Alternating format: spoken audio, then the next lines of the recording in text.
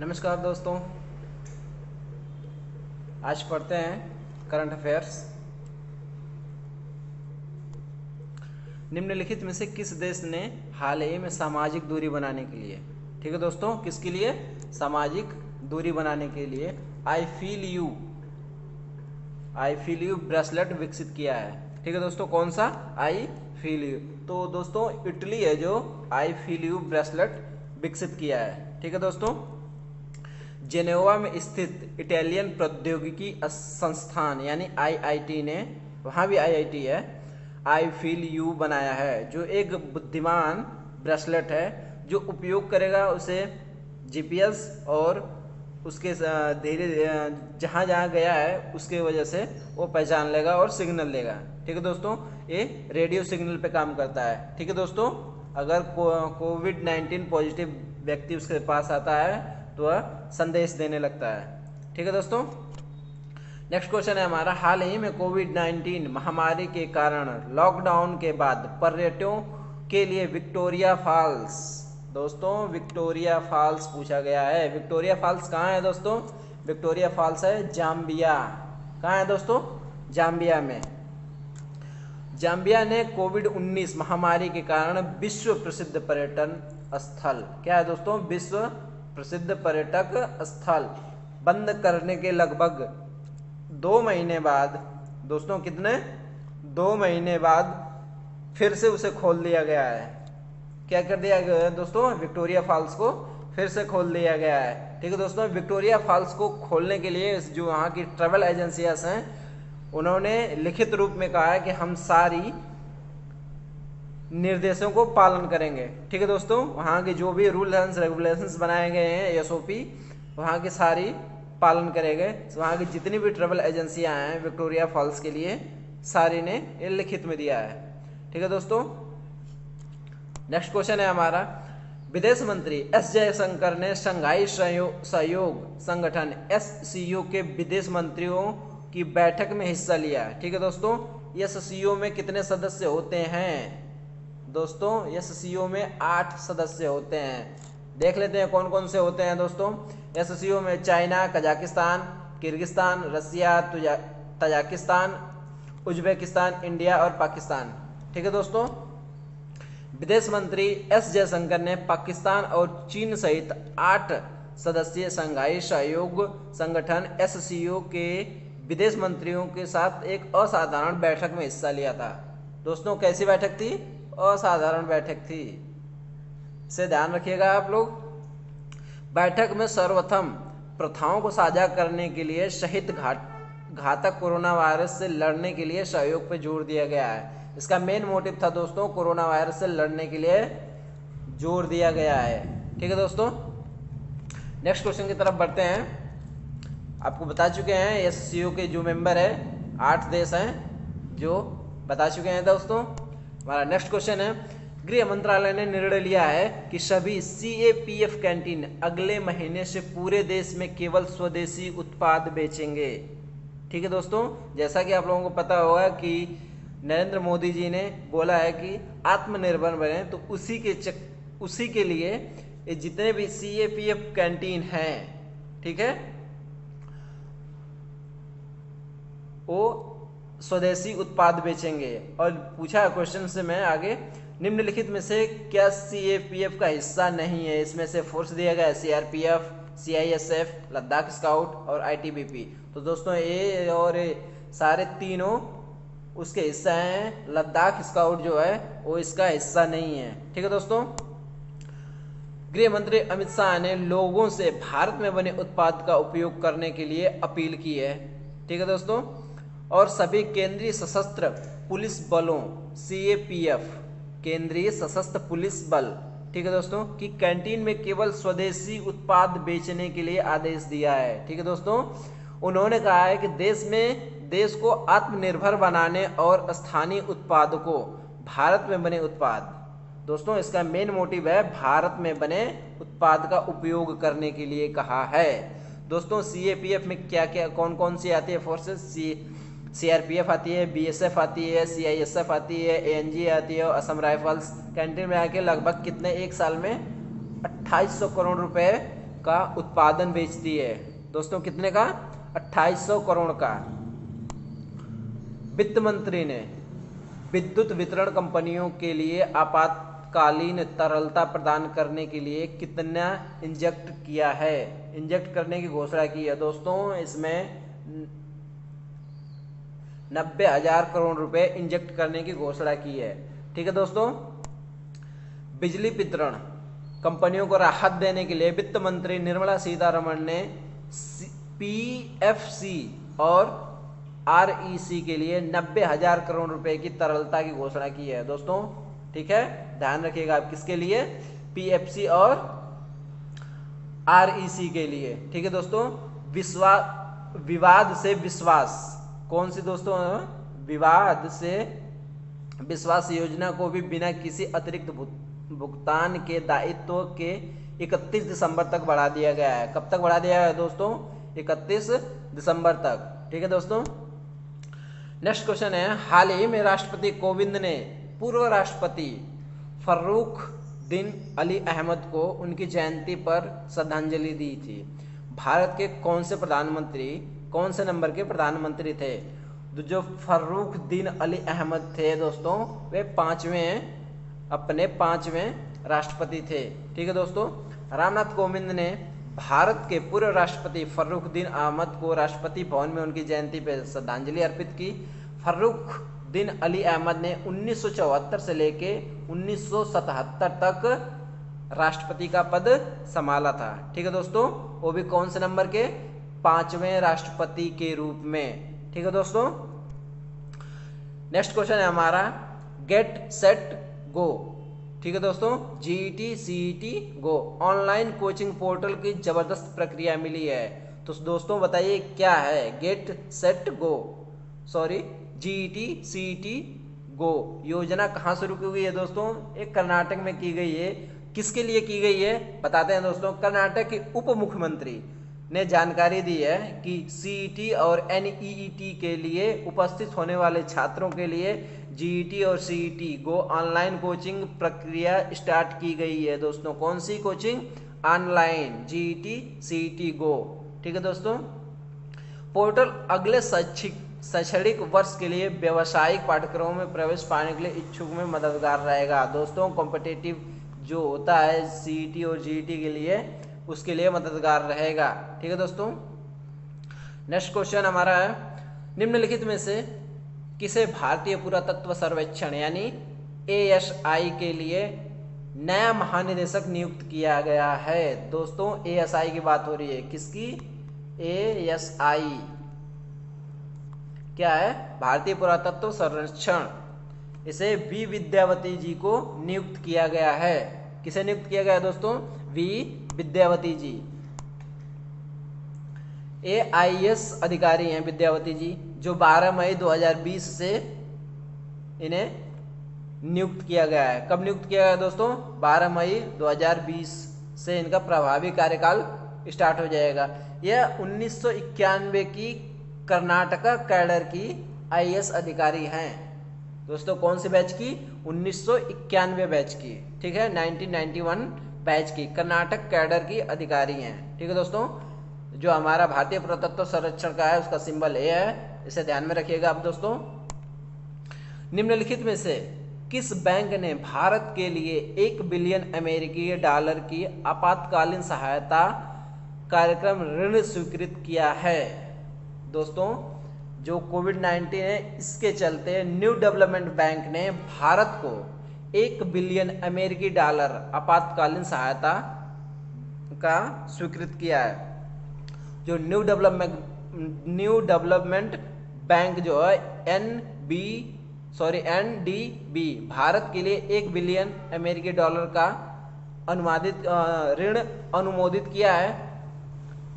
आपातकालीन सहायता कार्यक्रम ऋण का उद्देश्य कोविड-19 प्रसार को रोकने के लिए है और साथ साथ कोविड-19 के प्रकोप से होने वाले मानवीय, सामाजिक और आर्थिक नुकसान को कम करने के प्रयास के लिए है। ठीक है दोस्तों। किसका समर्थन किया है? भारत सरकार का समर्थन किया है। निम्नलिखित में से किस राज्य सरकार ने बेरोजगार युवाओं की मदद के लिए होप पोर्टल लॉन्च किया है। कौन सा दोस्तों? होप पोर्टल लॉन्च किया है। दोस्तों होप पोर्टल लॉन्च किया है उत्तराखंड सरकार ने। कौन सी गवर्नमेंट ने? उत्तराखंड गवर्नमेंट ने। उत्तराखंड के मुख्यमंत्री त्रिवेंद्र सिंह रावत। दोस्तों उत्तराखंड के मुख्यमंत्री जी कौन है? त्रिवेंद्र सिंह रावत। कौन है?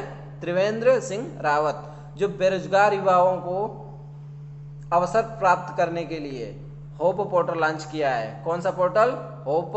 होप का अर्थ है हेल्पिंग आउट पीपल एवरीवेयर। उसका पूरा नाम क्या है दोस्तों? Helping out people everywhere. ठीक है दोस्तों। पोर्टल का उपयोग राज्य के उन प्रवासी युवाओं का डेटा एकत्रित करने के लिए है जो हाल ही में वापस आए हैं। दोस्तों इससे एक और काम है, जो अलग राज्य से वापस गए हैं, घर वापस गए हैं, उनका भी डेटा ये बताएगा। ठीक है दोस्तों। कौन सा? Hope portal. ठीक है। नेक्स्ट क्वेश्चन है हमारा, भारतीय सेना अधिकारी और अन्य रैंकों के रूप में कितने वर्षों के लिए टूर ऑफ ड्यूटी? दोस्तों 3 दिनों से लगातार न्यूज में है टूर ऑफ ड्यूटी, TOD। क्या है दोस्तों? TOD पर नागरिकों को शामिल करने का विचार कर रही है। कितने साल के लिए दोस्तों? 3 साल के लिए आम नागरिक जो है वह आर्मी ज्वाइन कर सकता है, केवल 3 साल के लिए। इस पे विचार कर रही है सरकार हमारी। ठीक है दोस्तों। अभी पारित नहीं हुआ है, इस पे भी विचार हो रहा है। सेना के अधिकारी और जवानों के रूप में 3 साल के लिए, देखो स्पष्ट शब्दों में लिखा गया है, सेना ने अधिकारियों और जवानों के रूप में 3 साल के लिए, कितने दोस्तों? 3 साल के लिए टूर ऑफ ड्यूटी, कार्य के लिए युवाओं को शामिल करने के लिए एक प्रस्ताव का अंतिम रूप दिया है। दोस्तों क्या कर दिया है? उसका अंतिम रूप दे दिया है। शुरू में इसकी जो भर्तियां होगी दोस्तों, अधिकारी के लिए बस 100 रिक्तियां होगी और जो जवान रहेंगे उनके 1000 के साथ शुरू किया जाएगा। क्या किया जाएगा दोस्तों? जैसे हाई लेवल के अधिकारी हैं जो फोर्स से थोड़ा सा ऊपर रहते हैं, कमांडेंट तक होते हैं, उनके लिए बस 100 रिक्तियां रहेंगी। जो उनसे नीचे रहते हैं उनसे 1000 के साथ पहली TOD स्टार्ट की जाएगी। ठीक है दोस्तों। Tour of duty. Next question है हमारा, निम्नलिखित में से किस राष्ट्र ने कहा है कि वह ईरान पर हथियारों का विस्तार के संयुक्त राज्य अमेरिका के प्रयासों का विरोध करेगा? दोस्तों साफ साफ रसिया ने बोल दिया है कि जो अमेरिका का प्रयास है ईरान से कर रहा है, ईरान पर हथियारों का विस्तार कर रहा है, वो रसिया ने सीधे सीधे अपना विरोध जता दिया है अमेरिका के विरुद्ध। ठीक है दोस्तों। रूस ने संयुक्त राष्ट्र के राजदूत ने कहा कि वह संयुक्त राज्य अमेरिका द्वारा ईरान पर हथियारों को बढ़ाने और इस्लामिक गणराज्य के खिलाफ, दोस्तों पॉइंट नोट कर लेना, अब इस्लामिक गणराज्य के खिलाफ संयुक्त राष्ट्र के प्रतिबंधों का विरोध करने के किसी भी प्रयास का विरोध करेगा। यानी वो कोई भी गतिविधि करेगा तो अपना रसिया है जो उसका खुल के विरोध करेगा। ठीक है दोस्तों। अमेरिका, रसिया, चाइना, जर्मनी, ब्रिटेन और फ्रांस ने परमाणु हथियार विकसित करने से रोकने के एवज में ईरान को प्रतिबंधों को राहत देने पे सहमति जताते हुए का सौदा हुआ था। क्या सौदा हुआ था दोस्तों? इनके बीच एक डील हुई थी। किसके बीच में? रसिया, अमेरिका, चाइना, जर्मनी, ब्रिटेन और फ्रांस। ठीक है दोस्तों।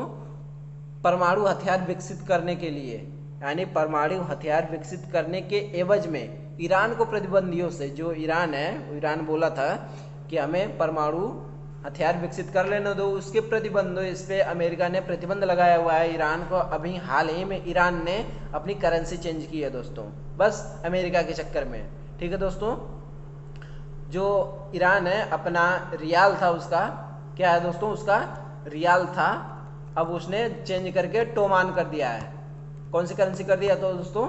टोमान कर दिया है। जो ईरान पे प्रतिबंध लगाया था अमेरिका, तो उस पर राहत देने की वो सहमति जताए थे, तो रसिया ने साफ मना कर दिया है। ठीक है दोस्तों। 2018 में अमेरिकी राष्ट्रपति डोनाल्ड ट्रंप ने वाशिंगटन के सौदे को वापस लेने की घोषणा की थी, जिसे joint compressive plan of the action JCPO के रूप में जाना जाता है और इसे अब तक का सबसे घटिया आया यानी सबसे खराब सौदा कहा गया है। ठीक है दोस्तों, हमारा नेक्स्ट क्वेश्चन है विश्व आर्थिक मंच यानी WEF के वैश्विक एनर्जी ट्रांजिशन इंडेक्स पे भारत का कौन सा नंबर रखा गया है।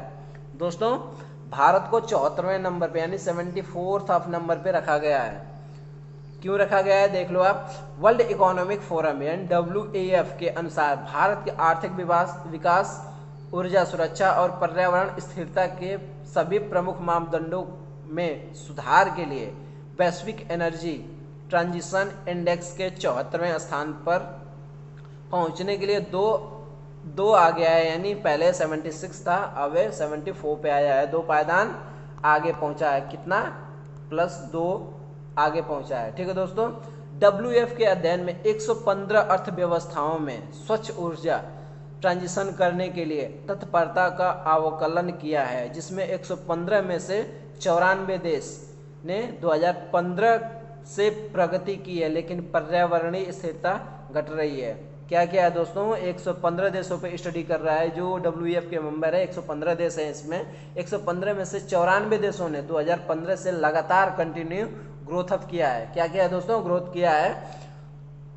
और लेकिन इसमें एक खास बात ये रही है कि जो पर्यावरण है, पर्यावरण हमारा दूषित हो रहा है, पर्यावरण की स्थिरता हमेशा बार बार घट रही है, हर साल घट रही है। ठीक है दोस्तों, आज हमारा है 15 मई, आप सभी को अच्छे से पता है।